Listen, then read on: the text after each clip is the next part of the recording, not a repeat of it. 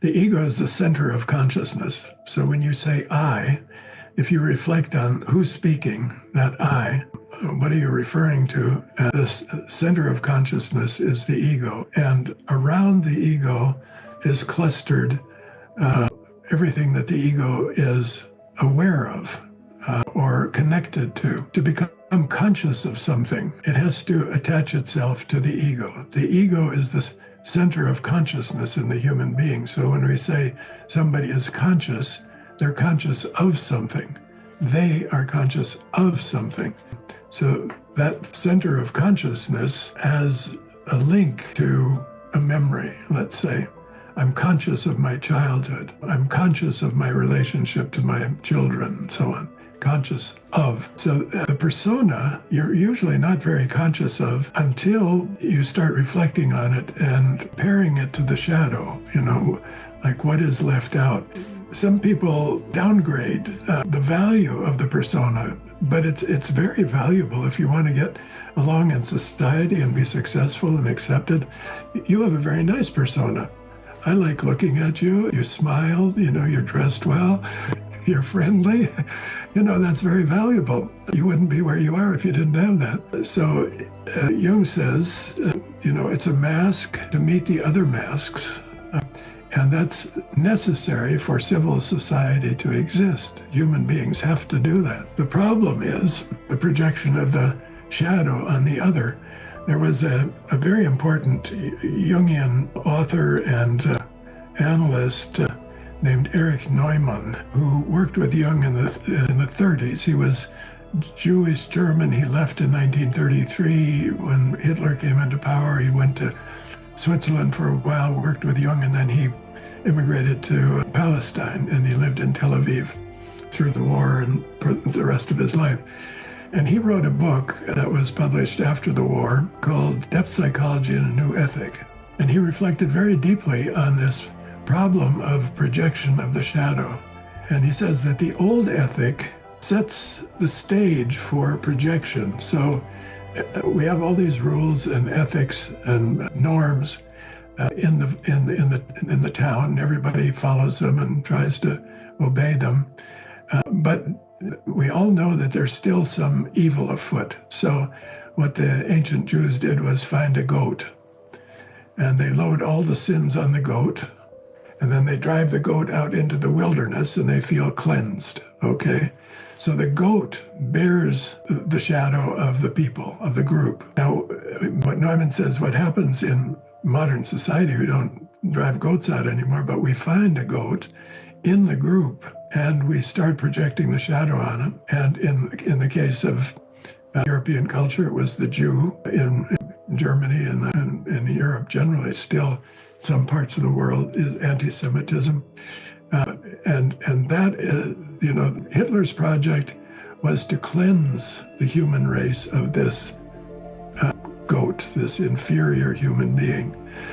So gypsies, Jews, handicapped people, get rid of them all. We're going to create a human race that is pure, blonde, Germanic, so on. So this idea of cleansing. Well, Neumann said, that's the old ethic. The new ethic that comes about because of our awareness of the shadow and the inner world is that before we blame somebody else for their sin, the Nazis, for instance, we look at ourselves and we look at the question, what did we do?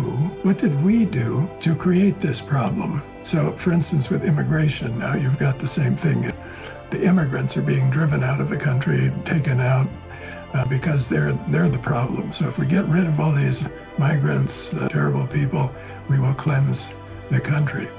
But the question would be, what did we do to create the problem of the migrants? And that's a very difficult question to face, What did America do to create the problem of migration? It's a deep question. America consumes an excessive amount of the world's resources compared to the size of its population. How does it do that? By exploiting other people in other parts of the world. And that exploitation has created these poverty situations in parts of the world. And now people are looking at the haves, they're the have-nots, and they want some of it too, so they come in. So before you take action on the bad guys, okay, that doesn't mean there aren't real criminals. There are, surely, and you have to protect yourself from them. But before you take action and categorize whole groups of people, look at what you've done to create it. And then, with all humility, you can see more clearly what needs to be done to solve the problem. Then your mind is clear, okay? Much clearer than if you're projecting. If you're projecting, you think, well, I'll get rid of them, that will solve the problem. It doesn't, never has, never will. If you take actions that really solve the problem by taking responsibility for your own behavior and your own use of resources, then there would be a chance of solving the problem. But it would be hard work, and it'd take great insight and great will and who would make that happen? Well, that has to be the ego. The ego has to move its position from blaming to claiming, okay? Responsibility, from blaming others to claiming responsibility. And that's what we call an ethical person. So psychology can be very helpful for ethics. You know, when you study ethics, as I did in divinity school, it's a very challenging study, a very challenging discipline, but it doesn't look at very much at the psychological aspects, at least not in great depth. There's a history of ethical reflection, long distinguished tradition. Very high-level thinkers have engaged in it. Kant and Plato and all the great thinkers have thought about ethics, but it hasn't had that much power and effect.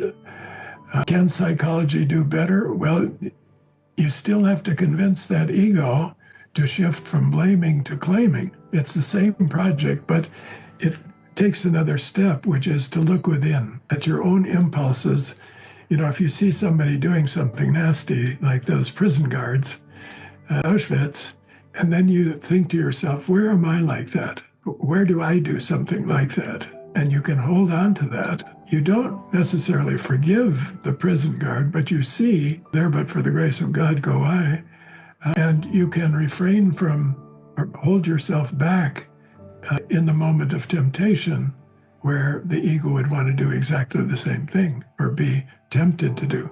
Taking money, for instance, is very tempting. You know, if somebody offers you $1 million to do a nice podcast and say a bunch of garbage and try to sell a product that is going to poison people, some medicines or chemicals or, and that, but that temptation to make $1 million for doing a 30-minute podcast to sell this stuff, it's very tempting, especially if you need the money. So to avoid that or to offset that, this recognition of the shadow and taking responsibility for it and refraining from enacting it, we call shadow behavior within the analytical context enactments. So sometimes there have been cases like this. An analyst will form what's called a dual relationship because there is some temptation involved. It could be sexual, it could be financial.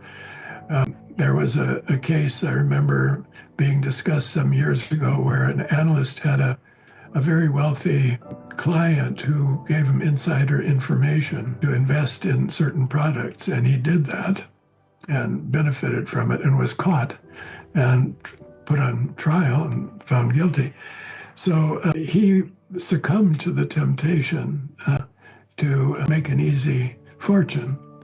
So analysts aren't immune either, even though they've gone through the training. And it's a question of character. Can you shift from the one side to the other, to taking responsibility and refraining from enactments? You have a beautiful woman client in analysis. You can easily fall in love with her and enact some romantic nonsense, that many analysts have fallen into that trap. So it's not easy. And Neumann's work is being studied. It continues to be read. It's a classic work, Depth Psychology and a New Ethic. Very challenging.